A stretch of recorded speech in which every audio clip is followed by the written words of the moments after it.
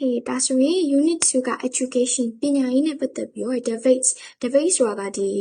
ဆွေးနွေးပွဲတွေနောက်တစ်ခုကစကားငင်းခုန်ပွဲတွေပေါ့နော်ဒါမျိုးကို debates လို့ခေါ်တယ် and issues တဲ့ပြဿနာတွေအကြောင်းပေါ့နော် okay ဒီမှာဆိုရင် section A က opportunity and equality opportunity အခွင့်အရေးနဲ့ equality တန်းတူညီမျှပေါ့နော်ဒီမှာဆိုရင် all education system may ultimately be judged in terms of equality of opportunity အဲ့တော့ education system ပညာရေးစနစ်တွေအားလုံးက may ultimately be judged ultimately ဆိုတာအဆုံးမှာတော့ judge လုပ်မယ်ဆုံးဖြတ်ပေးမယ်ဘယ်လိုမျိုးလဲဆိုရင် in terms of equality of opportunity ဒါဆိုရင် opportunity equality of opportunity အဓိပ္ပာယ်က when everyone has the same chances အဲ့တော့အားလုံးမှာတန်းတူညီမျှအခွင့်အရေးရတယ်ပေါ့နော်ဒါကိုပြောချင်တာပါအဲ့တော့ဒီ education system တွေကိုဒီ equality of opportunity ပေါ်မှာမူတည်ပြီးတော့ judge လုပ်မယ်ဆုံးဖြတ်ပေးမယ်လို့သူကပြောလိုက်တယ် And this is often referred to in the debates over selective versus comprehensive schooling. အဲ့တော့ဒီအကြောင်းက often referred to the debates to in the debates ဆိုတာဒီဆွေးနွေးပွဲတွေအငင်းခုန်ပွဲတွေမှာဆိုရင်နောက်တော့အဖြစ်ဒီအကြောင်းအရာ refer လုပ်ခံရပြောလို့ရှိရင်ဒီအကြောင်းအရာကိုကြဲပြန့်ဆွေးနွေးခြင်းခံရတယ်ပေါ့နော် over selective versus comprehensive schooling အဲ့တော့ selective ဆိုတာကဘယ်လိုပုံစံမျိုးလဲဆိုရင်ဒီမှာဆို they are chosen for entry and usually for academic reasons, though in the case of some private schools, parents' ability to pay school fees may be a factor in the selection. တနည်းပြောရင် selective ကကြတော့ကျောင်းဝင်ခွင့်အတွက်ဒီစာမေးပွဲဝင်ခွင့်စာမေးပွဲဖြေရတာလို့မျိုး selective ဖြစ်တယ်ပေါ့ကျောင်းသားတွေကိုဝင်ခွင့်ရွေးချယ်တဲ့အခါမှာသူတို့ရဲ့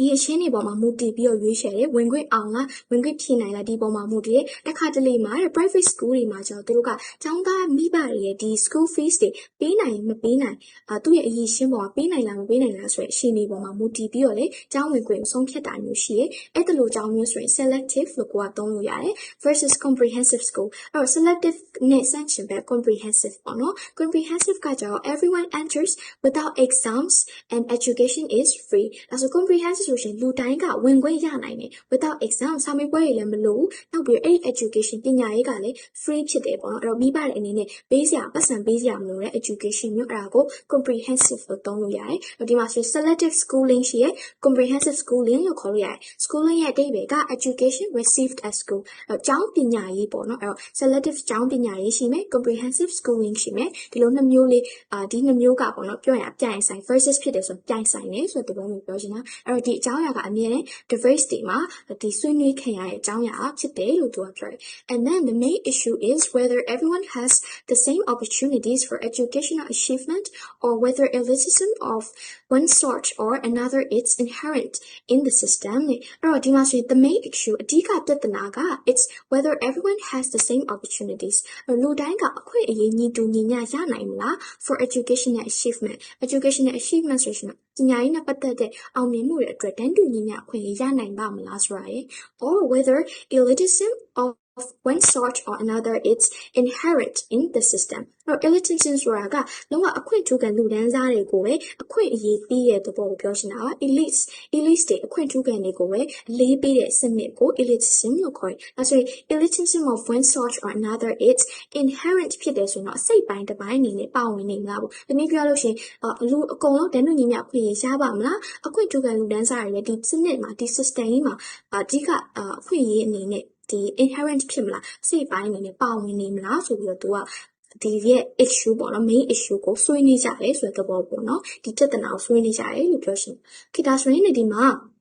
league tables for schools and colleges may actually have an intentionally to perpetuate inequalities တဲ့အဲ့တော့ league tables ဆိုတာဒီနေ့ကအဆင့်သတ်မှတ်ချက်တွေပြောတာပါဥပမာ rank သတ်မှတ်ချက်တွေပေါ့နော် ranking တွေပေါ့ဒီကျောင်းရဲ့ ranking ကဘယ်လောက်ရှိရဲဒီ college ရဲ့ ranking ကဘယ်လောက်ရှိရဲဆိုပြီးတော့ပြုစုထားတဲ့သတ်မှတ်ချက်တွေကို league tables တွေလို့ခေါ်တယ်အဲဆိုရင်ဒီကျောင်းတွေ college တွေအတွက် league table တွေက they actually help unintentionally and intentionally ဆိုမရည်ရွယ်ဘဲနဲ့ဘာကို help လုပ်ပေးလဲဆိုရင် to perpetuate inequalities အဲဆို inequality မမျှတမှုကို perpetuate ဖြစ်စေ perpetuate ဆိုတာ happen to continue ပို့ပြီးတော့ရှေ့ဆက်ပြီးတော့ဖြစ်စေရဆိုတဲ့ပုံမျိုးပြောရလို့ရှိရင်ဒီလိုမျိုး league table တွေကမမျှော်လင့်ဘဲနဲ့intentionally unintentionally ပေါ့နော် to perpetuate inequality ဒီ inequality တွေကိုဆက်ပြီးတော့ဖြစ်ပွားစေတယ် while claiming to promote the raising of standards ပေါ့အဲ့တော့သူတို့ရဲ့ရည်ရွယ်ချက်ကတော့ဒီ စစ်သက်မှတ်ချက်တွေမြင့်မားလာအောင်ဆိုရယ်ရည်ရွယ်ချက်လို့ claim လုပ်ပေမဲ့သူတို့ကတော့အဲ့လိုမျိုးပြောပေမဲ့ပေါ့နော်တကယ်တော့သူတို့ကမရည်ရွယ်ဘဲနဲ့ they perpetuate inequality ဒီမညီမျှမှုတွေကိုပို့ပြီးဖြစ်ပွားစေတယ်ဆိုတဲ့သဘောကိုပြောချင်တာ inevitably ရဲ့အဓိပ္ပာယ်ကချောင်လွှဲလို့မရဘူးပေါ့နော် league tables divide or at least league tables divide educational institution into good and bad success and failure resulting in two-tier system နဲ့အဲ့တော့ဒီ league table တွေကဒီစစ်သက်မှတ်ချက်တွေက divide လုပ်တယ်ခွဲဝေတယ်ဘယ်လိုပုံစံမျိုး divide လုပ်လဲခွဲပလိုက်လဲဆိုရင်educational institution educational အဖွဲ့အစည်းတွေကို into good and bad ကောင်းတဲ့ institution ဆိုးတဲ့ institution နောက်တစ်ခုက success and failure ကျောင်းသားတွေ success အောင်မြင်မှုနဲ့ failure ကြာရှုံးမှုဆိုရဲဒီ tiers နှစ်ခုပေါ့နော်အဲ့တော့အလွှာနှစ်ခုခွဲတယ်အဲ့လိုပဲအဲ့ဒါကြောင့်မလို့ that result in two-tier system ဒါဆိုအဆင့်နှစ်ခုရှိတဲ့ system ပေါ့နော်စနစ်ကြီးတစ်ခုမှာကျန်ခဲ့တယ်အဲ့တော့ကောင်းတဲ့စနစ်ရှိမယ်နောက်ကဆိုးတဲ့အဆင့်ရှိမယ်အဲ့လိုပဲအောင်မြင် failure ဒီနှစ်ခုဒီလိုမျိုး system နှစ်ခုမှာ tiers နှစ်ခုမှာကျန်နေဆိုပြီး result ကျန်ခဲ့တယ်ဆိုပြီးသူကပြောတာပေါ့နော်ဒီလိုမျိုး league tables တွေကြောင့်ပေါ့ဒီအဲ့ဆိုရင်ねဒီမှာဆိုရင်သူပြောချင်တာက or at least that is how the public perceives ပေါ့နော် perceives it အဲ့တော့ဒါကအဲ့လိုဖြစ်ရှင်လဲဖြစ်မယ်ဒါပေမဲ့လို့အနည်းဆုံးအဲ့ဒါက public လူထုကဘယ်လိုမျိုး perceive လုပ်လဲ perceive လုပ်တယ်ဆိုတာဘယ်လိုမျိုးထင်လဲဘယ်လိုမျိုးတွေးလဲဆိုတဲ့ပုံစံကိုပြောချင်တာပါအဲ့တော့လူထုကဒီအတိုင်းပဲထင်နေဆိုတဲ့သဘောကိုပြောချင်တာ and then the ability of better off parents and well endowed အဲ့တော့ဒီမှာဆိုရင် better off ဖြစ်တယ်ဆိုရင်အရန်ကိုမှ rich ဖြစ်တာပေါ့နော် richer people လို့ပြောချင်တယ်အဲ့တော့ the ability of better off parents and well-endowed schools to publish children towards the institutions at the top of the league. ဒါဆိုရင်ဒီမိဘတွေအရန်ကိုမှ rich ဖြစ်တဲ့မိဘတွေနဲ့ကျောင်းရဲ့ well-endowed ဖြစ်တယ်ဆိုတာကဒီမှာဆိုရင် like receiving a lot of money inဒီမှာဆိုရင် grants ပေါ့နော်ရန်ပုံငွေအများကြီးရတာကိုပြောရှင်တာ endowed ဆိုတာက endowment ဆိုတာကကျောင်းမှာရန်ပုံငွေကောင်းကောင်းနဲ့အောင်မြင်တဲ့ကျောင်းတွေဆိုရှင် they are well endowed ဖြစ်တယ်လို့ပြောလဲဒီလိုကျောင်းမျိုးက they push children towards the institutions at the top of the league ဒါဆိုဒီလိုမျိုးကျောင်းတွေနဲ့ဒီလိုမျိုးမိဘတွေရဲ့ထောက်ပံ့နေကြောင်းကလေးတွေကို they can push down at the top of the league စစ်သက်မှတ်ချက်တွေထိတ်ဆုံးကိုpush လုပ်ပေးနိုင်တယ်တွန်းအားပေးနိုင်တယ်တွန်းပေးနိုင်တယ်ပေါ့နော် in the long term ဒါပေမဲ့အဲ့လိုမျိုးဖြစ်ရက in the long term ကာလကြာလာတဲ့အခါမှာဆိုရင် have the effect of depressing opportunity for the less well off ဒါဆိုရင်ဒီလိုမျိုးစစ်သက်မှတ်ချက်တွေကောင်းတဲ့နေရာကိုဒီကလေးတွေကိုပို့ပေးနိုင်တယ်ဆိုရင်တစ်ဖက်ကကြည့်မယ်ဆိုရှင်လေ the less well off children အဲ့တော့ဒီ background မကောင်းတဲ့ background မတောင့်တဲ့ less well off ဖြစ်တဲ့ poorer ဖြစ်တဲ့ background ကလာတဲ့ကလေးတွေအတွက်ကြတော့ that can be depressing opportunity အဲ့တော့ depressing လုပ်တယ်ဆိုတာက reducing လို့ပြောရှင်သူတို့တွေအတွက်အခွင့်အရေးတွေကို reduce လုပ်နေတဲ့ effect ရနိုင်တယ်လို့ပြောတာပေါ့နော် or the children from home environments that do not provide the push and motivation to excel ဒါဆိုရင် poorer ဖြစ်တဲ့ background ကလာတဲ့ less well off ဖြစ်တဲ့ကလေးတွေအပြင်ဘယ်လိုကလေးတွေမျိုးပါသေးလဲဆိုရင် excel ဖြစ်ဖို့ရတယ်တနည်းအားမှာ excellent standard တွေရရမယ်ဆိုပြီးတော့ push လုပ်ပေးတယ် motivated လုပ်ပေးတဲ့family background မရှိတဲ့ home environment ဆို family background မိသားစုအခြေအနေပတ်ဝန်းကျင်မှာမရှိတဲ့ကလေးတွေကိုလည်းဒီကလေးတွေနဲ့ပတ်ဝန်းကျင်ကောင်းကောင်းက background ကောင်းကောင်းမလာနိုင်တဲ့ကလေးတွေအတွက်အခွင့်အရေးတွေကို depress လုပ်ရကြတယ် reduce လုပ်ရချော့ချပေးရကြတယ်လို့သူကပြောသွားတယ်that's really the financial support of different kinds can help to make educational opportunity more equal. That's why financial supports of different kinds different kinds of financial support. That's why financial support we are helping be that can help to make educational opportunity more equal. That's why the education opportunity equal ဖြစ်အောင်တည်ယူညီမျှဖြစ်အောင်ကူညီပေးနိုင်တယ်လို့ပြောထားတယ် So there are for example scholarships and bursaries that make it possible for less privileged youngsters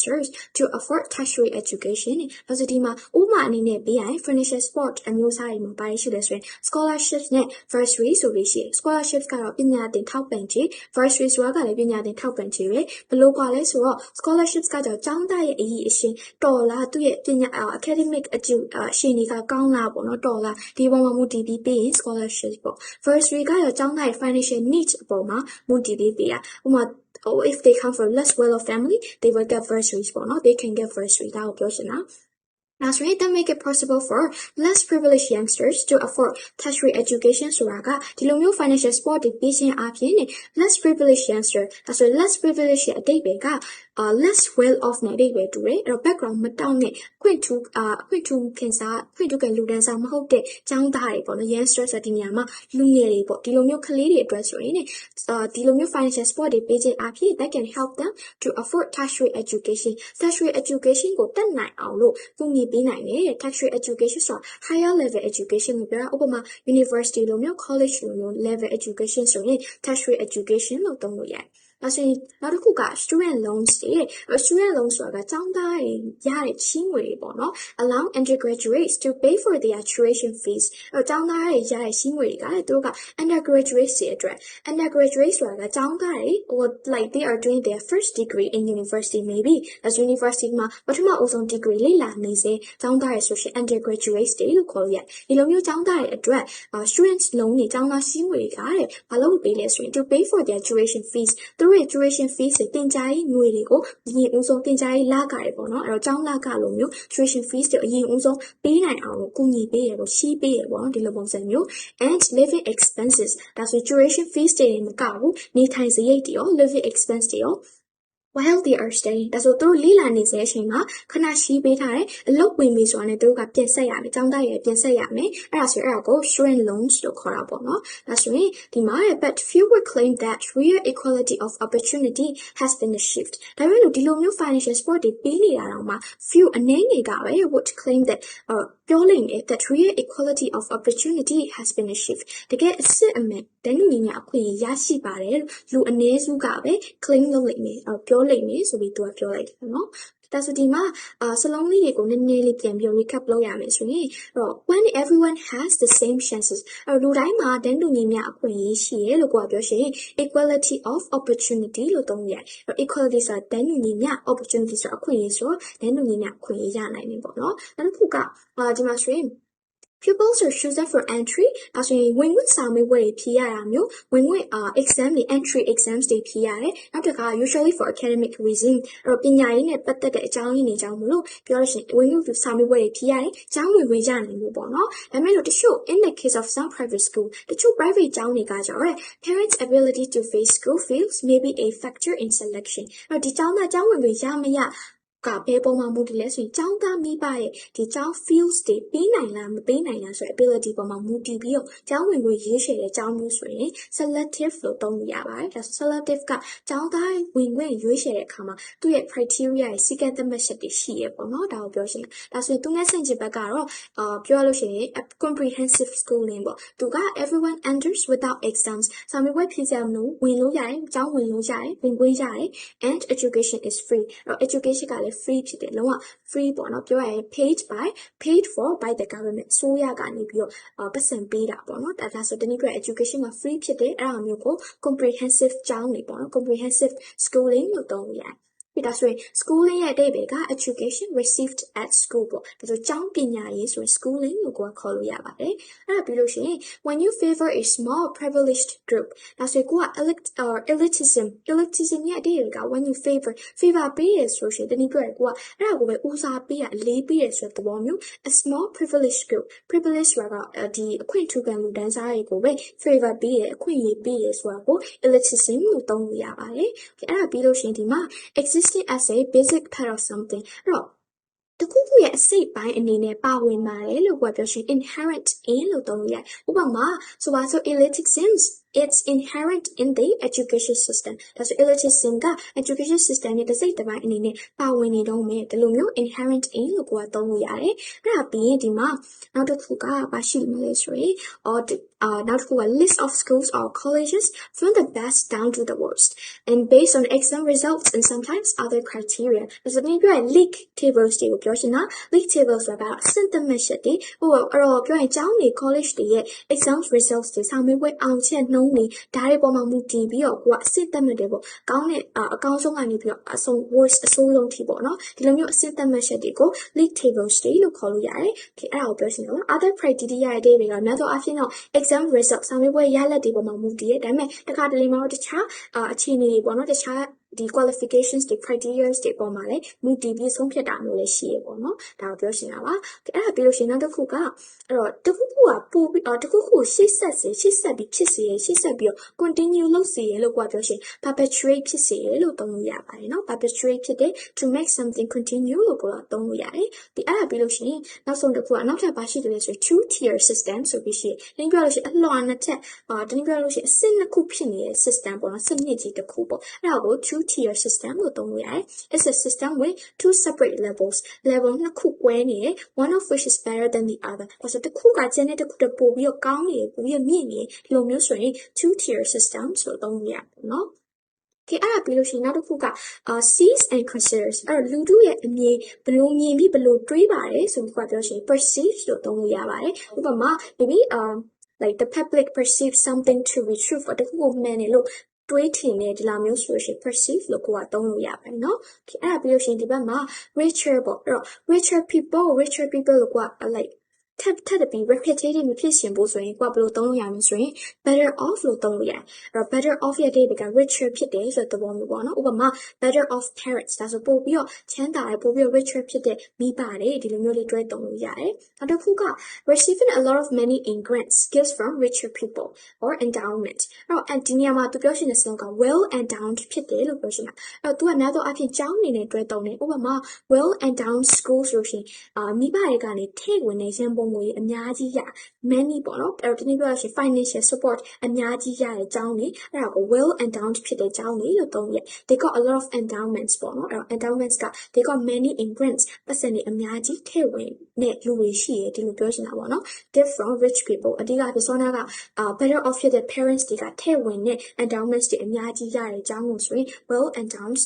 schools တွေလို့သုံးလို့ရပါတယ်အဲ့ဒါပြီးလို့ရှိရင်ဒါဆိုရင်တခုက reducing ဖြစ်နေဆိုရင်ချောချလာတယ်နှိမ့်ချလာတယ်ဒီလိုမျိုးပေါ့ reducing လုပ်နေတာအဲ့ဒါကိုနောက်တစ်မျိုးဘယ်လိုသုံးလို့ရသေးလဲဆိုရင် depressing လို့သုံးလို့ရတယ် reduce လုပ်တယ် depress လုပ်တယ်တခုကိုချောချတယ်ဆိုတဲ့သဘောသုံးလို့ရတယ်เนาะဟုတ်ပြီဒါဆိုရင်စောနာကပြောရ better off နဲ့ဆန့်ကျင်ဘက်ပို့ပြီးတော့ poorer ဖြစ်တဲ့လူတွေကိုဆိုရှင်တော့ less well off လို့သုံးလို့ရတယ် less well off ရဲ့အဓိပ္ပာယ်က poorer ဖြစ်တယ်ဆိုတဲ့သဘောကိုသုံးရှင်တာပြီးတော့နောက်တစ်မျိုးက less privileged လို့လည်းသုံးလို့ရတယ်เนาะအဓိပ္ပာယ်လေးကအတူတူပါပဲအဲ့ဒါပြီးလို့ရှိရင်ဒီမှာ achieve an excellent standard excellent standard ကို achieve လုပ်တယ်ရယူနိုင်တယ်ပေါ့နော်ထူးချွန်တယ်ဒီလိုပုံစံမျိုးကိုသုံးရှိ excel ဖြစ်တယ်လို့သုံးလို့ရပါတယ်เนาะthey achieve an excellent standard or they excel ပေါ့ဒီလိုလေးပြောလို့ရတယ်အဲ့ဒါပြီးလို့ရှိရင်ဒီမှာ money given to pay for studies usually provided on the basis of academic merit အဲ့တော့ဒီပညာရေးမှာပေါ့နော်ပညာရေးမှာလိုအပ်တဲ့ဒီပြောရင်ပညာသင်စရိတ်လိုမျိုးပေါ့နော်အဲ့ဒါမျိုးကိုကကျောင်းဒီ study အတွက်ပြီးရဆိုရှင် scholarships တွေ bursaries တွေလို့သုံးလို့ရတယ်ဒီမှာကျတော့yes ဒီမှာကျတော့သူက bursaries ကိုပို့ပြီးတော့ပြောတာ bursaries ဆိုတာက on the basis of need အဲဆိုလိုအပ်ချက်ပေါ်မှာအခြေခံပြီးတော့many sport ပြရ financial sport ပြရဒီလိုပြောလို့ရှိရင်ကျောင်းသားရဲ့ financial background မတောင့်ဘူးဆိုရှင်on the basis of need အဲ့အပေါ်မှာအခြေခံပြီးတော့ကိုက financial support ပေးရဆိုရင် bursaries ပေးတယ်လို့ခေါ်လို့ရတယ်ပေါ့နော်အဲ့ဒါပြီးရင်နောက်တစ်ခုကtertiary education ပေါ့ tertiary education ဆိုတာဒီနေ့ပြောရရင် education at university or college level university level သို့မဟုတ် college level ပညာရေးကို tertiary education လို့သုံးလို့ရတယ်အဲ့ပြီးလို့ရှိရင် many that students can borrow from a bank while studying and then pay back once they are in work ဒါဆိုရင်ကျောင်းတက်နေတဲ့အချိန်မှာဘဏ်တစ်ခုကနေပြီးရှင်းငါလို့ရတယ်အဲ့ဒါပြီးလို့ရှိရင်အလုပ်ဝင်ပြီဆိုတာနဲ့ကိုကတဖြည်းဖြည်းချင်းပြန်ဆက်ရမှာမျိုးဆိုရင် money that students can borrow from a bank by studying and then pay back once they are in work ပေါ့ဒါဆိုရင်ကျောင်းတက်နေတဲ့အချိန်မှာကျောင်းသားတွေကပတ်စံချီထားရတဲ့ bank တစ်ခုခုစီကနေပေါ့နော်အဲ့ဒါပြီးရင်နောက်အလုပ်ဝင်ပြီဆိုတာနဲ့တဖြည်းဖြည်းချင်းပြန်ဆက်ရမှာမျိုးဆိုရင်အဲ့ဒါကို student loans ယူရလို့ပြောလို့ရတာပေါ့နော် student loans လို့ခေါ်လို့ရတယ်အဲ့ဒါပြီးလို့ရှိရင်နောက်တစ်ခုက student doing a first degree အဲ့တော့ first degree ဆိုတာကဒီကိုယ့်ရဲ့ပထမအဦးဆုံး bachelor ဘွဲ့ယူဖို့ရလေ့လာနေစေကျောင်းသားရဆိုလို့ရှိရင် undergraduate တွေလို့ခေါ်လို့ရတယ်။အဲ့ဒါပြီးတော့ undergraduate ကနေပြီးတော့ graduate ဖြစ်သွားပြီဘွဲ့ရောက်သွားပြီနောက်ထပ် higher level study ကိုထပ်သွားခြင်းနဲ့ဆိုအဲ့ဒါကို postgraduate ကျောင်းသားတွေလို့ခေါ်လို့ရပါတော့ for example they are doing a further degree နောက်ထပ်ဘွဲ့တစ်ခုအတွက်ထပ်ပြီးလေ့လာနေစေကျောင်းသားတွေပေါ့နော်Yet အဲ့ပြီးလို့ရှိရင်နောက်တစ်ခုကနောက်ဆုံးတစ်ခုက many pay to receive teaching ဒီနေ့ပြောရ tuition fees ကိုခေါ်ရှင်တာပါ tuition fees ဆိုတာပညာသင်စရိတ်ပေါ့နော် many pay to receive teaching tuition fees လို့သုံးလို့ရပါတယ်နော် Okay, that's what the language help the kushia guide. Notice how compound adjectives like well off, well endowed, high achieving, badly performing can be used in comparative and superlative forms. အဲ့တော့အခုဒီမှာဆိုရင် compound adjectives တွေရှိရပေါ့နော်အဲ့တော့ compound adjectives ဆိုတာက adjectives နဲ့ preposition တွေတွဲပြီးသုံးရတဲ့ compound adjectives တွေရှိရအခုလို well off တို့ well off ဆိုလို့ရှိရင် wealthy ဖြစ်တယ်ဆိုရင် meanings well endowed ပေါ့ well endowed ဆိုလို့ရှိရင်ကြွယ်ဝတယ်ချမ်းသာတယ်ပေါ့နော်ပိုင်ဆိုင်မှုတွေများတယ်ဒီလိုအဓိပ္ပာယ်မျိုး high achieving ဆိုလို့ရှိရင်အောင်မြင်မှုတွေရတယ်ပေါ့နော်အောင်မြင်တယ်ဒါမျိုး and then badly performing ဆိုလို့ရှိရင်စွမ်းဆောင်ရည်ကျရတယ်ပေါ့နော်စွမ်းဆောင်ရည်မကောင်းဘူးပေါ့အဲ့တော့ဒီလိုမျိုး adjectives တွေကသူတို့က they can be used in comparative and superlative forms သူတို့ကို degree 2 degree 3 ပြောင်းလဲပြီးတော့သုံးလို့ရပါတယ်အဲ့တော့ပြောချင်တာကဒီမှာဆိုရင် example အရကိုကတယောက်ကပို့ပြီးတော့မှချမ်းသာလာတယ်ပို့ပြီးတော့မှကြွယ်ဝလာတယ်ဒါမျိုးကိုကပြောချင်တယ်ဆို degree 2ပြောင်းသုံးလို့ရတယ်အဲ့တော့ well off ကနေပြီးတော့ degree 2ပြောင်းသုံးမယ်ဆိုရင် better off ပေါ့ပို့ပြီးတော့ချမ်းသာလာပြီပေါ့အဲ့တော့ for example we are better off now than we used to be in 5 years ago ပေါ့ဒါဆိုလွန်ခဲ့တဲ့ 5 နှစ်ကငါတို့တွေချမ်းသာတာထက်ပိုပြီးတော့အခု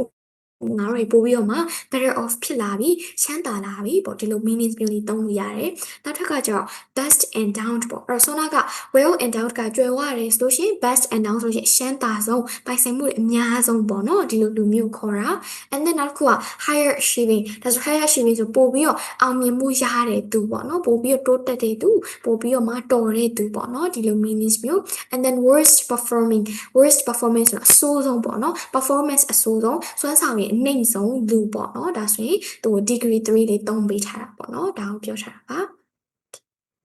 Okay, so in section B here, we're talking about other debates and issues. That's when debates တွေကဒီမှာပြောရင်တော့ဒီ debates ဆိုတာကကြာပင်းစကားပြောပြိုင်ပွဲလိုမျိုးပေါ့နော် debates တွေနဲ့ and then issues တွေပေါ့နော်ပြဿနာတွေအကြောင်းပေါ့အဲ့တော့နောက်ထပ်ဒီမှာသူ့ရဲ့ debates ကကျတော့ဒီလိုမျိုးစကားပြောပြိုင်ပွဲတွေအပြင်ကိုနောက်ထပ်လူတွေကနေပြီးတော့နှစ်ဖက်ပေါ့နော်အမြင်ကွဲလဲတဲ့အကြောင်းအရာတွေဆိုလို့ရှိရင်လည်း debates တွေလို့ပြောလို့ရတယ်ပေါ့နော်အဲ့တော့ဒီမှာဆိုရင်လည်းသူက some people think we should return to an emphasis on the 3 R's ဒါဆိုရင်တချို့လူတွေအတွက်သူတို့ရဲ့ထင်မြင်ချက်ကတော့ကိုရီးယားဒီမှာဆိုရင် we should return to an emphasis ပို့ပြီးတော့မှအလေးပေးတဲ့ဘာကိုလဲဆိုရင် on the 3 R's 3 R's ကိုပဲပြန်ပြီးတော့အလေးပေးတဲ့ 3 R's ဆိုတာက the traditional basic skill အဲ့တော့လုံးဝ traditional basic skill ပေါ့နော်အခြေခံ skills တွေဖြစ်တဲ့ reading writing and arithmetic အဲ့တော့ reading ရဲ့ R ရဲ့ writing ရဲ့အတန်ထွက်ဖြစ်တဲ့ R ရဲ့ပြီးလို့ရှိရင် arithmetic ရဲ့ R နဲ့ပေါ့နော်သူက 3 R's လို့ခေါ်တာပေါ့နော်အရေးအဖတ်အတွက်ချက်ပေါ့နော်ဗမာလိုဆိုရင်တော့ဒီရဲ့ basic skills ကိုပဲသူကပြန်ပြီးတော့မှ emphasis on လုပ်တဲ့နဲ့အလေးပေးတဲ့နဲ့လို့သူကထင်တယ်ပေါ့နော်သူတို့ရဲ့အတွက်ကတော့ and then another who guy literacy and numeracy are skills no one can afford to be without. Literacy solution to a test and then the ability to read numeracy the ability to count or do basic maths basic numeracy so there are skills skills that no one can afford to be without အဲ့တော့ဒီမှာဆိုရင် no one can afford to be without ဆိုတာဒါတွေမရှိဘဲနဲ့သူတို့တွေနေလို့မရဘူးပေါ့နော်သူတို့ရှင်သန်လို့မရဘူးဒီလို skills မျိုးပေါ့ no one can afford to be without ဆိုတာကဒါတွေမရှိဘဲသူတို့တွေ survive မလုပ်နိုင်ဘူးပေါ့နော်ဒီလို meanings မျိုးပြောချင်တာဒါဆိုရင်နောက်တစ်ခုက curriculum reform is often done for political reasons rather than for good educational ones အဲ့တော့ curriculum ဆိုတာကသင်ရိုးမာတိကာရယ်ပေါ့နော်သင်ရိုးညွှန်းတမ်းတွေပေါ့နော်ပြောရရင်တော့အဲ့တော့အဲ့လိုမျိုးတဲ့သင်ရိုးတွေက reform လုပ်တယ်ဆိုတာပြန်ပြီးတော့ဖွဲ့စည်းရပါပေါ့နော် so it's often done for political reasons ဒါပေမဲ့အဲ့လိုပြန်ပြီးတော့ဖွဲ့စည်းရပြင်ဆင်နေဆိုတာကနိုင်ငံရေး reasons တွေအရလုပ်လို့ရှိရ rather than for good educational ones ပေါ့အဲ့တော့အဓိကပညာရေးအတွက်ပိုကောင်းဖို့ရည်ရွယ်တာထက်ပဲနိုင်ငံရေး reasons တွေအကြောင်းပြချက်တွေအရာပို့ပြီးတော့မှပြင်ဆင်လေးရှိရဆိုပြီးတော့သူကဒီမှာပြောထားတယ်ပေါ့နော်ဒါဆိုရင်curriculum reforms ကိုသူကဒီမှာရှင်းပြထားတာက changes to what is covered in the national syllabus planned for it to be studied ပေါ့အဲ့တော့ curriculum ဆိုတာကတနိုင်ငံလုံးရဲ့ဒီပညာရေးအတွက်လိုအပ်တဲ့သင်ရိုးကြီးပေါ့နော်အဲ့ဒီသင်ရိုးတဲက unit တစ်ခုအတွက်ဒီ unit အတွက်ဘာတွေပါဘယ်လိုနည်းလမ်းနဲ့သင်မယ်ဘယ်လိုမျိုးနဲ့သင်မလဲဆိုတာကို syllabus မှာကိုကသင်ရိုးမာတိကအသေးစိတ်ပါတယ်ပေါ့နော်အဲ့တော့ဒါဆိုရင်လည်းသူကဒီမှာဆို curriculum reform ဆိုတာကစောနကပြောတဲ့ national syllabus ကြီးကိုတေချာပြန်ပြီးတော့ ပြင်တာပေါ့နော်ဒီ syllabus တွေမှာဘာတွေပါမလဲဘာတွေ cover ဖြစ်မလဲဆိုတာပြောင်းလဲရေးလုပ်တယ်ပေါ့နော်အဲ့တော့ plan of first to be study ဆိုတာကဘာတွေလေ့လာဖို့လိုလဲဆိုတာပြောင်းလဲရေးလုပ်တယ် change လုပ်တယ်ပေါ့နော်ဒီလိုတိတ်ပဲပါတဲ့ဒါဆိုနောက်တစ်ခုက nowadays ဒီလိုနေ့ရက်ဒီမှာဆိုရင်အဲ့တော့အခုနောက်ပိုင်းမှာဆိုရင် lifelong or continuing education is an issue and creating opportunities for mature students is important အဲ့တော့ lifelong education နောက်ထပ် continuing education ဆိုတာက adult students တွေအတွက်ပေါ့နော်အဓိကတော့သူကအသက်အရွယ်ကန့်သတ်မရှိရဲ့ပညာရေးပေါ့နော်ကျောင်းနေအရွယ်ဖြစ်တယ် maybe like around 5 or like 25 or 30ပေါ့ဒီလောက်နဲ့ပဲမရက်ဘူးအဲ့ထက်ပိုပြီးမှ older ဖြစ်တဲ့ students တွေလေ adult student တွေလေတက်ရောက်ပြီးသင်ကြားနိုင်တဲ့ပညာရေးကို lifelong education or continuing education ဆိုတဲ့အဓိပ္ပာယ်ပေါ့နော်ဒါဆိုရင်သူကတဲ့ education for all ages ပေါ့အသက်အရွယ်မရွေးသင်ကြားနိုင်နေပေါ့နော်သူက maybe ဘလောက်ပဲငယ်ငယ်ဘလောက်ပဲအသက်ကြီးနေပါသင်ကြားနိုင်နေဆိုတဲ့အဓိပ္ပာယ်ဆိုဒီမှာကကြော် lifelong education သို့မဟုတ် continuing education က an issue ဖြစ်လာပြဿနာတစ်ရပ်ဖြစ်လာပြီ and creating opportunities for mature students အဲ့တော့ mature students ဆိုတာရင့်ကျက်နေတဲ့ကျောင်းသားတွေတနည်းပြောရင် adult students တွေပေါ့နော်အဲ့အသက်အရွယ်ကြီးရဲ့လုံးဝလူကြီးအရွယ် students တွေအတွက်ဆိုလို့ရှိရင် older than average students ပေါ့နော် average ဆိုတာတာမန်ပြည့်ညရှိနိုင်တဲ့ကျောင်းသားဒီအသက်ပမာဏထက်ပိုပြီးတော့မှ older ဖြစ်တဲ့ပိုပြီးကြီးရဲ့adult students တွေအတွက်ဆိုလို့ရှိရင် creative opportunity is important ပေါ့သူတို့အတွက်လိုအပ်တဲ့အခွင့်အလမ်းတွေဖန်တီးပေးနိုင်ဖို့ကပိုပြီးအရေးကြီးရဲ့ပေါ့နော်ဒါကိုပြောထားတာအဲ့တော့နောက်ထပ်ကကျတော့ special needs education ကကျတော့ it is expensive သူကဈေးကြီးရယ် because class size need to be small or one to one အဲ့တော့ special needs education ဆိုတာက education for children who cannot learn in the normal way အဲ့တော့ပုံမှန်နည်းလမ်းအတိုင်းလေ့လာဖို့မရတဲ့ကလေးတွေအတွက်ပေါ့နော်ဒီ education က special needs education ဆိုတာက so maybe because they have some disability ပေါ့နော်တချို့ disability တချို့ရင်းချက်လေးတွေရှိနေတဲ့အတွက်ကြောင့်မို့သူတို့က special needs လိုအပ်တဲ့ကလေးတွေအတွက်ဆိုရင် special needs education ဆိုတဲ့အဓိပ္ပာယ်ပေါ့နော်အဲ့တော့သူတို့အနေနဲ့ကကြတော့ class size ကသေးဖို့လိုတယ် it needs to be small class size သေးဖို့ဆိုတာကအတန်းထဲမှာလူဦးရေအရင်များအဆင်မပြေဘူးပေါ့နော် or one to one တခါတလေမှာ one to one နဲ့ဖြစ်မှရမှာ one to one ဆိုတာက one teacher and one pupil ပေါ့နော်ဆရာတယောက်ကလေးတယောက်ဒါပဲတယောက်ချင်းစီပေါ့နော်ဒီလိုသင်ကြားမှအောင်ရမှာရှိရဲ့ not a group နဲ့သင်လို့အဆင်မပြေတာရှိရဲ့ပေါ့နော် special needs education မှာကြတော့ဒါကြောင့်မလို့သူကဈေးကြီးရဲ့ဆိုတဲ့အဓိပ္ပာယ်ပေါ့နော် expensive ဖြစ်တယ်ဒါဆိုနောက်တစ်ခုက children are unhappy at school ကလေးတွေအကြောင်းမှာမပျော်ကြဘူး if there is a lot of bullying that means threatening behavior အဲ့တော့ bullying ဆိုတာကအနိုင်ကျင့်တာပေါ့နော်အဲ့တော့ threatening behavior ချင်းချောက်တဲ့အပြုအမူတွေရှိမယ်ဆိုရင်တော့ကလေးတွေတေချာပေါက်အကြောင်းမှာပျော်မှာမဟုတ်ဘူးပေါ့နော်ဒါကိုပြောထားတာSo now some head teachers complain that getting to grips with constant new government guidelines on what schools should be doing is a distraction from what they ought to be focusing on. The show head teachers, but not seeဆီယာမတွေရဲ့ထင်မြင်ချက်ကကျသူတို့က complaint တက်တယ်ပေါ့ဘယ်လို complaint တက်လဲဆိုရင် that getting to grips with ဆိုတာက understanding လို့ပြောချင်တာနားလည်ဖို့ပေါ့နော်ဘာတွေကိုလဲဆိုရင် constant new government guidelines အဲ့တော့ဒီ government ကနေပြီးတော့မှသူတို့ချမှတ်ပေးတဲ့ guidelines ဆိုတာက advice ပေါ့နော် often official အဲ့တော့ဒီဘယ်လိုမျိုးသင်ကြားရမလဲဘာနည်းလမ်းနဲ့သင်ကြားရမလဲဒီလိုမျိုးချထားတဲ့ guidelines တွေကို getting to grips with ဖြစ်ဖို့နားလည်နိုင်ဖို့ကit's ခက်တယ်ပေါ့နော်ပြောရမယ်ဆိုတော့ it's ခက်တယ်ဆိုတာ it is like a distraction အနှောက်အယှက်ပဲအဲ့တော့ဘယ်လို guideline မျိုးလဲဆိုရင် on what school should be doing ပေါ့အဲ့တော့ကျောင်းသားတွေတို့ကျောင်းကနေဘယ်လို facility တွေပေးရမယ်ဘယ်လိုနည်းလမ်းတွေနဲ့သင်ကြားရမယ်ဒီလို guideline တွေက it is a distraction from what they ought to be focusing on အဲ့တော့ပြောရမယ်ဆိုရင်သူတို့တကယ်ကိုအလေးပေးပြီးဂရုစိုက်တဲ့ focus ထားတင်တာတွေကနေလမ်းလွဲနေရပေါ့နော်အဲ့ဒါတွေကိုအာရုံမစိုက်နိုင်တော့အောင် distract လုပ်နေတာ distraction ဆိုတာက take attention away အနောက်အချက်ပေးရပေါ့နော်အနောက်အချက်တွေပဲလို့သူဒီမှာပြောထားတယ်ပြောရဲသူတို့တကယ် focus လုပ်တဲ့အရာကိုမလုပ်မိတော့ဘဲနဲ့ဒီရဲ့ guidelines တွေကြောင့်မလို့သူတို့ကအနောက်အချက်ဖြစ်နေတယ်ဆိုရယ် meanings ပေါ့နော်သူတို့ဒီလိုမျိုး complaint တက်လာပါတယ်ဒါကိုပြောချင်တာပါအဲ့တော့ guidelines ဆိုတာက advice အကြံဉာဏ်တွေ often official အဲ့တော့တရားဝင်ထုတ်ထားတဲ့စီးမြင်လိုပုံစံမျိုးပေါ့နော်အဲ့တော့အကြံဉာဏ်ဆိုတာထက်